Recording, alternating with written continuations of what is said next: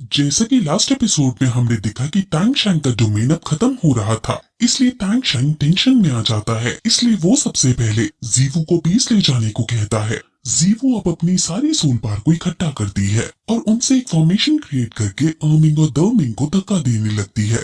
Sacrifice के बाद जीवू ने आज पहली बार इतनी ज्यादा पार का यूज किया है, लेकिन बहुत सारी एनर्जी यूज करने के बाद जीवू उनको सिर्फ एक कदम ही आगे बढ़ा पा रही थी। वही टैंग शैंग और ज्यादा टेंशन में आ जाता है, क्योंकि अगर बीबी टोंग की डोमेन ने उसकी डोमेन को ओवर पार कर दिया तो बीबी टोंग की मकड़ियां इन दोनों बीच तक पहुंच जाएंगी और जीवू खतरे में आ जाएगी। टैंग शैंग को जीवू को टाइम देने के लिए इन मकड़ियों को यहाँ मारना ही होगा, इसलिए वो अपनी स्पाइडर लेग्स को बाहर निकालकर मकड़ियों को निकालने लगता है और फिर वो अपनी गोल्डन थ्रेड्स का यूज करके सभी मकड़ियों के अंदर से एनर्जी खींचता है, जिससे टैंग शैंग की डोमेन और ज्यादा बढ़ जाती है और बीबी टोंग की डोमेन की फैलने की रफ्तार बहुत कम हो जाती है।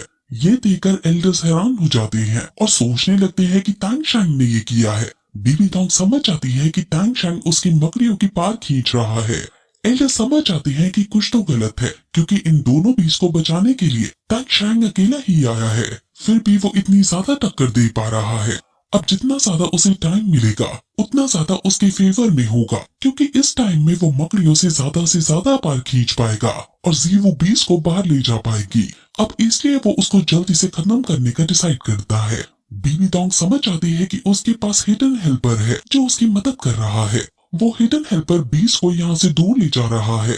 असल में उनको नहीं पता था कि जीवो भी यहाँ है, लेकिन अब उन्हें अंदाजा हो गया है।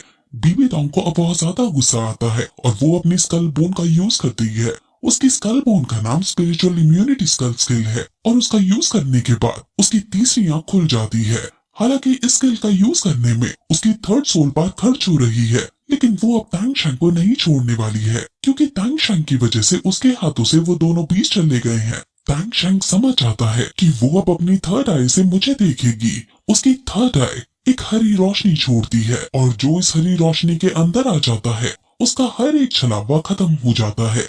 बीबी टोंग ने अपने इस हिडन पार का कभी यूज नहीं किया था। अब टैंग शैंग उसकी हरी रोशनी से बचकर भागने लगता है, लेकिन हर तरफ से हरी रोशनी फैल रही थी, इसलिए बहुत कोशिश करने के बाद भी टैंग शैंग एक हरी रोशनी के अंदर आ जाता है और फिर बाकी सभी हरी रोशनी उसे घेर लेती है। टैंग शैंग उस रोशनी को पर्पल गॉड लाइट से नलिफाई करने की कोशिश भी करता है, लेकिन उसका ये अटैक वेस्ट चला जाता है और वो उसको नहीं तोड़ पाता। अब बीबी टोंग ने उसे ढूंढ लिया है और वो तुरंत टैंग शैंग के पास आ जाती है और उस पर अपने ढंग से वार करती है। टैंग शैंग भी अपने हैमर को निकालकर उससे फाइट करने की कोशिश करता है और उन दोनों में अब कॉम्बैट बैटल होने लगती है, जिसमें टैंग शैंग बहुत बुरी तरह हार रहा होता है, क्योंकि वो बीबी टोंग जितना शक्तिशाली नहीं है। बीबी टोंग एक जहर से भरा डंक उसकी छाती से आर पार निकाल देती है और टैंग शैंग इससे काफी ज्यादा घायल हो जाता है। अब बीबी टोंग उसको बुरी तरह से पीटने लगती है और टैंग शैंग घायल होकर नीचे गिर जाता है। बीबी टोंग अपनी स्पाइडर की फॉर्म को निकालकर आगे बढ़ती है और अपनी स्पाइडर फॉर्म का हाफ मून टेक्निक यूज करती है। टैंग शैंग के ऊपर उसके अटैक आने लगते हैं और टैंग शैंग उससे बचने की कोशिश करता है, लेकिन एक अटैक उसके हैमर पर लग जाता है, जिसकी वजह से उसका हैमर गिर जाता है। टैंग शैंग अब ट्राइडेंट को निकालता है और उससे बीबी टोंग से बचने की कोशिश करता है, लेकिन बीबी टोंग का अटैक लगते ही टैंग शैंग का ट्राइडेंट दूर जाकर गिरता है। टैंग शैंग समझ आता है कि बीबी टोंग के पार उसकी ग्रेट ग्रैंडफादर के स्लॉटर रूप वाले पावर से भी ज्यादा है। अब टैंग शैंग का ट्राइडेंट गिरने के साथ साथ उसके पेट से खून निकलने लगता है और फिर यही एपिसोड खत्म हो जाता है।